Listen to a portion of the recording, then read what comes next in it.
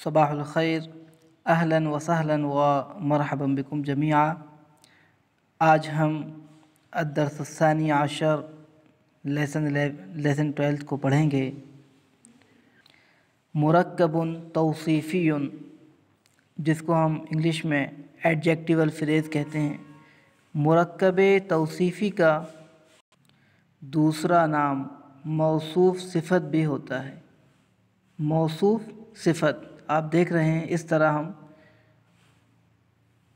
موصوف اور صفت لکھتے ہیں جی۔ تو موصوف پہلے آتا ہے عربک میں، اس کے بعد اس کی صفت آتی ہے۔ بہت زیادہ اہم سبق ہے یہ، اس پر توجہ دینے کی ضرورت ہے۔ جیسا کہ آپ نے مضاف مضاف الیہ کو سمجھا، اسی طرح آپ کو موصوف صفت کو بھی سمجھنا ہے۔ موصوف صفت کا ٹرانسلیشن بھی ہم اخیر سے کرتے ہیں، جیسے کہ ھذا کتاب جدید، تو اس میں کتاب موصوف ہے اور جدید اس کی صفت، تو ہم ٹرانسلیشن جدید سے کریں گے۔ دس از اے نیو بک، یہ ایک نئی کتاب ہے۔ موصوف صفت کے درمیان 10 چیزیں سیم ہوتی ہیں، یکساں ہوتی ہیں۔ اس کو اپنی کاپی پر لکھیے۔ سب سے پہلے واحد، تثنیہ، جمع۔ واحد مطلب ایک، اگر موصوف واحد ہوگا تو صفت بھی واحد ہوگی، اگر یہ تثنیہ ہوگا تو صفت بھی تثنیہ ہوگی، اسی طرح جمع۔ اس کے بعد زبر، زیر، پیش۔ اگر موصوف پر زبر ہوگا تو صفت پر بھی زبر ہوگا، اگر اس پر پیش ہوگا تو صفت پر بھی پیش ہوگا، اس طرح زبر، زیر، پیش۔ اس کے بعد مذکر، مؤنث۔ اگر موصوف مذکر ہوگا تو صفت بھی مذکر ہوگی۔ اس کے بعد مذکر مؤنث کے بعد معرفہ، نکرہ۔ معرفہ جس کو الف لام کے ذریعے خاص کیا گیا ہو، جس ورڈ کو، مثلا الکتاب، تو یہاں پر بھی الجدید، نئی کتاب، جیسے کہ الولد المجتہد، محنتی لڑکا، یہ موصوف صفت ہے۔ تو معرفہ اور نکرہ، اگر دونوں دیکھیے آپ تنوین ہے لاسٹ میں تو اس کو ہم نکرہ کہیں گے۔ تو اگر موصوف نکرہ ہے تو صفت بھی نکرہ ہوگی، اور اگر موصوف معرفہ ہے تو صفت بھی معرفہ ہوگی۔ تو یہ 10 چیزیں ان دونوں کے درمیان سیم ہوتی ہیں، جن میں سے 4 چیزیں ایک ساتھ ایک ہی سینٹنس میں پائی جاتی ہیں۔ صرف 4 ہی چیزیں ایک ساتھ پائی جا سکتی ہیں۔ مثلا کتاب جدید، یہ دونوں مذکر ہیں، دونوں واحد ہیں، دونوں نکرہ ہیں، یعنی ان کے لاسٹ میں تنوین ہے، اور دونوں کے لاسٹ میں پیش ہے۔ یہ 4 چیزیں۔ یہاں پر ذالک قلم قدیم، that is a old pen. Translation یہاں سے اولڈ پین، پرانا قلم، وہ پرانا قلم ہے، پرانا پین ہے۔ تو قلم قدیم، دونوں مذکر، دونوں واحد، دونوں پر پیش اور دونوں نکرہ۔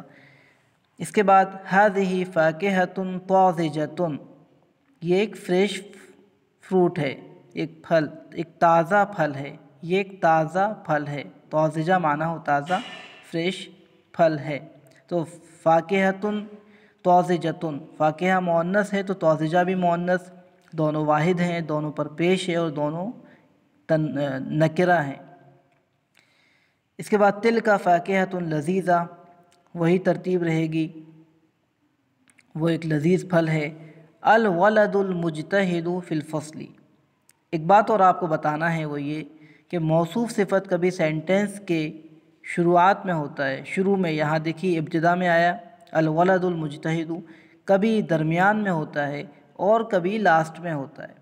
یہاں جیسے کہ سینٹنس کے لاسٹ میں موصوف صفت ہے، ھذا یہ اس میں اشارہ، اور کتاب جدید یہ موصوف صفت ہوگا، ٹھیک ہے نا۔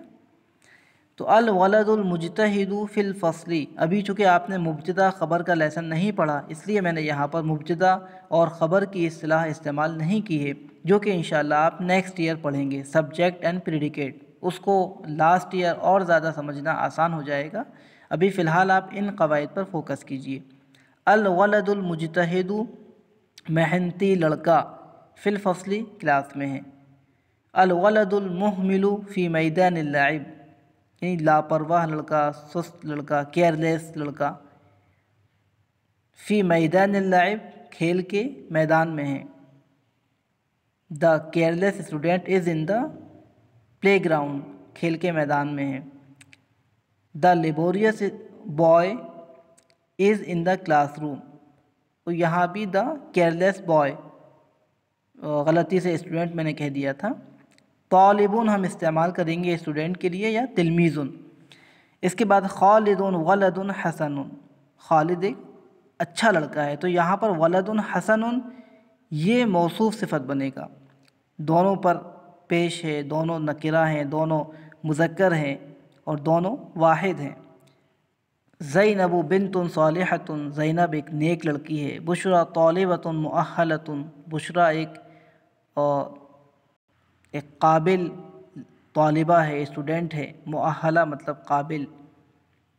الرجل الغنی جالس علی المقعد، مالدار آدمی صوفے پر بیٹھا ہوا ہے. الرجل الفقیر جالس علی الارض، الباب الکبیر مقفل. تو یہ تمام سینٹنسز کا اسی طرح ٹرانسلیشن کریے، ان کی ریڈنگ کیجیے، بار بار سمجھیے کہ موصوف صفت کے درمیان کیا چیزیں یکساں ہیں اور موصوف صفت سینٹنس میں کہاں پایا جا رہا ہے. مثلا ان سینٹنسز میں موصوف صفت سینٹنس کی شروعات میں ہے، یہاں سینٹنس کے لاسٹ میں ہے.